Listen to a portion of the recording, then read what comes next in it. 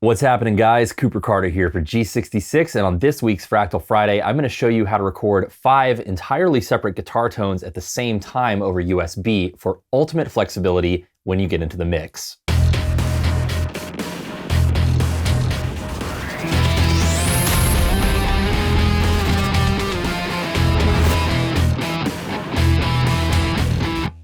This week's Fractal Friday comes straight from a session that I had last week with one of Fractal's artists. And one of my favorite things about doing these videos is that I can share these techniques with you guys so that we are taking exactly what the pros are doing and implementing it hopefully in your own recording and your own live playing.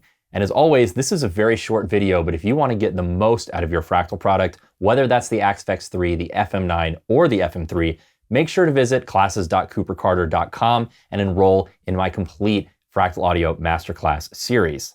So in the Axe 3, we have 2 different cabinet blocks, and each of them is able to hold up to 4 different impulse responses, or IRs. You can think of this like having 4 different mics on a cabinet. And of course, in Fractal land, you can have 4 entirely different mics on 4 entirely different cabinets if you want. For the FM9, you have 2 cabinet blocks, each limited to 2 different IRs, so you can have up to 4 mics in a sense.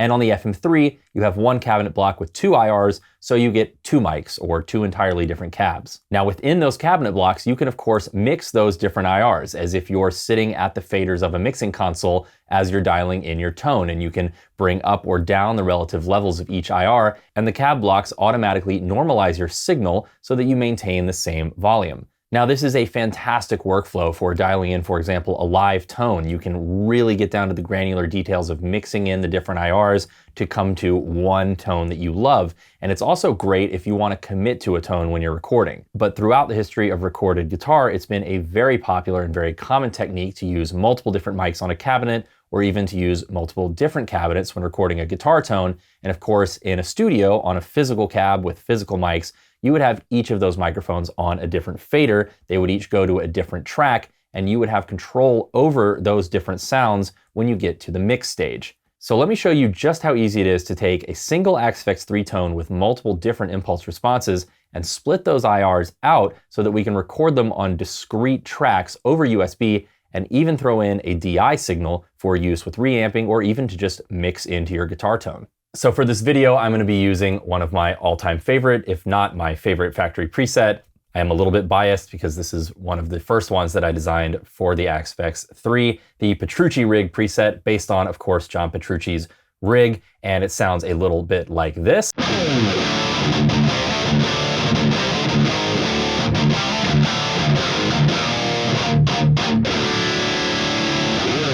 Pretty rippin'. I'm gonna go ahead and turn off this pitch block though. This is designed to mimic the mimic pedal that he has in his rig that really kind of acts as an artificial double tracker live. Of course, this video is about recording, so we don't need to emulate double tracking because in the studio you can of course actually double track. So here's the preset without that.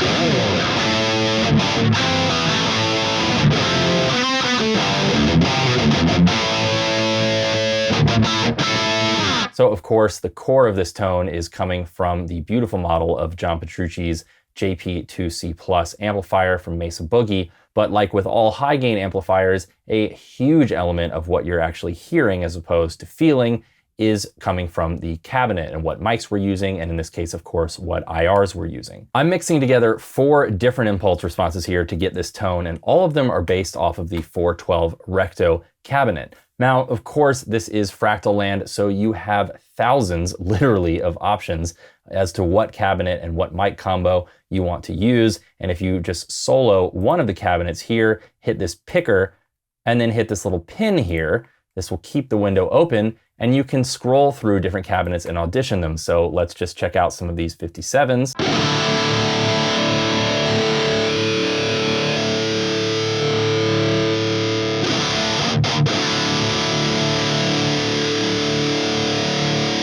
I'm going with this super bright one because I'm going to then pair it with a 121 for a kind of classic metal rock 57-121 combo. Let's hear that 121.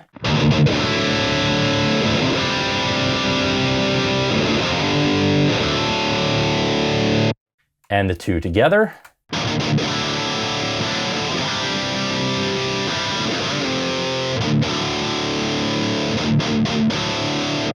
pretty crushing. So I'm also adding in a 160 based on the M160.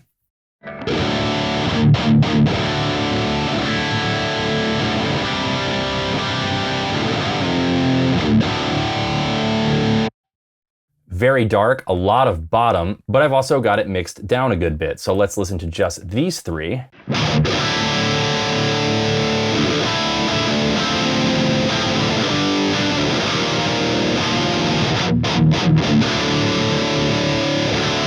So we've got cut, we've got honk, and we've got bottom coming together for a pretty crushing tone, in my opinion. So the last IR that I have here is a full res IR, and you can find these by scrolling to the very top of your unit. You'll see they have a little orange-red F next to them. They are in the legacy bank. These are much longer IRs that contain room information, so they are, of course, room microphone captures. If I solo this, you'll hear it sounds a lot like we are standing in a big studio space.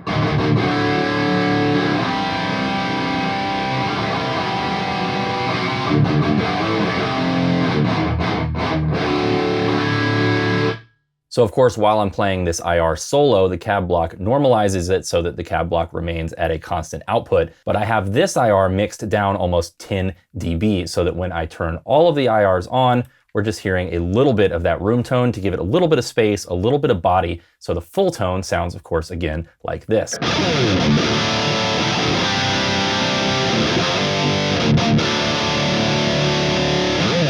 And you might be content to go into a recording situation and just burn this right out of output one. Play with this tone. You've spent, of course, some time adjusting your levels, adjusting your IRs. Maybe you do some panning, and then you go straight out of output one, either with the analog outputs or over USB. But it's also really easy to separate out these IRs and record them all discretely so that we have a ton of control over our tone in a mix situation. So all I'm going to do is just copy this cabinet block. I'm going to say edit, copy. Of course, you could also say Control C if you're on a PC. And I'm going to paste it with Control V. I'm going to connect the amplifier block to the cabinet. Then I'm going to connect this cabinet block to an output 2 block. And the next thing I'm going to do is mute our third and fourth impulse responses in this first cabinet block. And I'm going to mute our first and second impulse responses in this second cabinet block. Then I'm going to go back into the first one and I'm going to hard pan these left and right. I'm going to go ahead and put all of these levels here at 0 so that we're getting the same level for each IR into our DAW. Then I'm going to go to this cabinet block. I'm going to do the same thing, normalize the levels, and hard pan left and right. So now what I have is Recto 57 on output 1 left, Recto 121 on output 1 right, and then I have Recto 160C on output 2 left, and our Recto room mic on output 2 right. I'm going to switch over to my DAW here, which as always is Reaper. And in my preferences, I'm going to confirm that my device is indeed my Axe 3. And now I'm just going to create 5 tracks. I have 1, I'm going to say 2, 3, 4, 5. The first track is going to be output 1 block left. The second track is going to be output 1 block right. The third track is going to be output 2 left. So we're moving into our second cabinet block. The fourth output is going to be output 2 right. And then as a bonus, and because it's best studio practice, we're going to grab the DI of my guitar as well, which is input 5 on USB or instrument 1. And now when I play, you'll see all 5 tracks light up. So we'll go ahead and hit record.